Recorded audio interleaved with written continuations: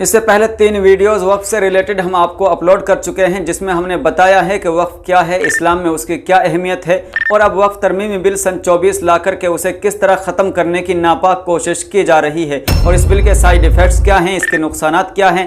پہلی 3 ویڈیوز کو آپ پلے لسٹ سے جا کر دیکھ سکتے ہیں، یا پھر ویڈیو کے ڈسکرپشن میں میں نے تینوں ویڈیوز کا لنک دے دیا ہے، آپ انہیں وہاں سے بھی دیکھ سکتے ہیں۔ تو چلتے ہیں چوتھی ویڈیو کو ہم شروع کرتے ہیں، اور مزید اس بل کے سائیڈ ایفیکٹس کیا ہیں ان پر ہم آپ کے سامنے چرچا کرتے ہیں۔ آپ سے گزارش ہے کہ اس ویڈیو کو زیادہ سے زیادہ شیئر کریں تاکہ سبھی لوگ وقف ترمیمی بل سن 24 کے سائیڈ ایفیکٹس کو جان سکیں۔ السلام علیکم ورحمۃ اللہ وبرکاتہ۔ آپ تمام ناظرین کو MT نیوز انڈیا میں خوش آمدید۔ میں آپ کے ساتھ آپ کا میزبان صاحب قاسمی۔ ناظرین اکرام، وقف ترمیمی بل سن 24 کا 18واں سائیڈ ایفیکٹ ہے ٹریبیونل کے فیصلے کو چیلنج کرنے کی مدت ختم کرنا۔ ایک طرف اوقاف کو 6 ماہ میں مرکزی حکومت کے ضابطے کے مطابق رجسٹر کرانے کی بل میں بات کہی گئی ہے، تو دوسری طرف اوقاف کے خلاف تنازع پیدا کرنے اور قبضے کو آسان بنانے کی بات بھی بل میں کہی گئی ہے۔ جیسے وقف ٹریبیونل کے فیصلے کو، یعنی جو وقف کے حق میں ہوں، ان کو چیلنج کرنے کی 1 سال کی مدت کو 2 سال کر دیا گیا ہے۔ اتنا ہی نہیں بلکہ 2 سال سے بھی زیادہ تاخیر کی تو کوئی وجہ بتا کر ٹریبیونل کے فیصلے کو چیلنج کر سکتا ہے۔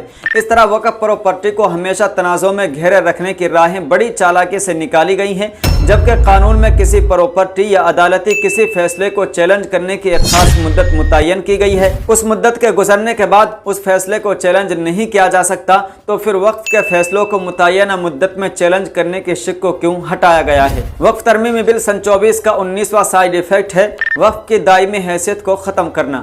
شریعت اسلام کا واضح حکم اور ضابطہ موجود ہے کہ جو زمین ایک مرتبہ وقف ہو گئی وہ ہمیشہ کے لیے ہو گئی، اب اس کی اصل کا خریدنا، بیچنا، ہبہ کرنا اور وراثت میں دینا کسی بھی حال میں درست نہیں ہے۔ یہ بل کئی مواقع پر وقف کی شرعی حیثیت اور دوام کو ختم کر رہا ہے۔ ان سب کے علاوہ بل میں کئی ایسی مہمل اور متعصبانہ باتیں کہی گئی ہیں جو شریعت اور ملکی قانون کے یکسر خلاف ہیں، جس کے ایکٹ بن جانے پر وقف ختم ہو جائے گا۔ وقف ترمیمی بل سن 24 کا 20واں سائیڈ ایفیکٹ ہے وقف علی الاولاد کو ختم کرنا۔ اوقاف کی پراپرٹی میں وقف علی الاولاد کی بڑی تعداد ہے، جس کی قانونی اور شرعی حیثیت مسلم ہے، لیکن اس بل میں مختلف جگہوں پر ایسی شقوں کو بڑھایا یا ہٹایا گیا ہے جسے وقف علی الاولاد کی جائیدادیں ایک وقت حکومت کی تحویل میں چلی جائیں گی اور حکومت کی منشا کے مطابق استعمال ہوں گی۔ بل کے سیکشن 3 میں اضافہ کیا گیا ہے کہ وقف علی الاولاد کا قیام واقف کے وارثوں بشمول خواتین وارثوں کے وراثتی حقوق کی نفی کا باعث نہیں بنے گا۔ اس شق کے ذریعے وقف کے قانون کو توڑ کر اس میں وراثتی قانون کے نفاذ کی بات کہی گئی ہے، جبکہ حدیث پاک میں واضح ہے ولا یورثو کہ وقف میں وراثت جاری نہیں ہوگی۔ اوقاف کے معاملے میں واقف کی منشا کا اعتبار ہوتا ہے۔ اس شق کے اضافے سے اولاد ذکور کے لیے وقف کی گئی پراپرٹی تنازع کا شکار بن کر کلیکٹر صاحب کے سپرد ہو جائے گی اور واقف کی منشا کی جگہ کلیکٹر صاحب کی منشا قابل عمل ہوگی۔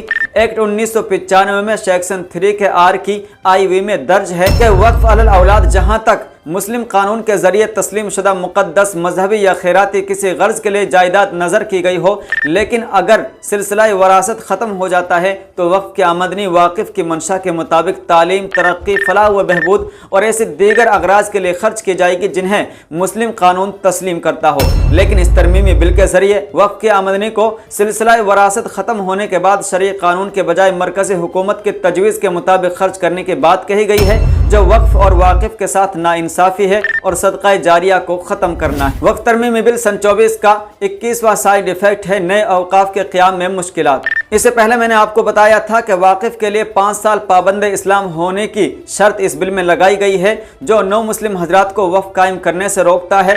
اس طرح سیکشن 36 کے سب سیکشن 7 میں ترمیم کر کے وقف رجسٹریشن کرانے کے نظام کو مشکل بنا کر نئے اوقاف سے روکنے کی کوشش ہے۔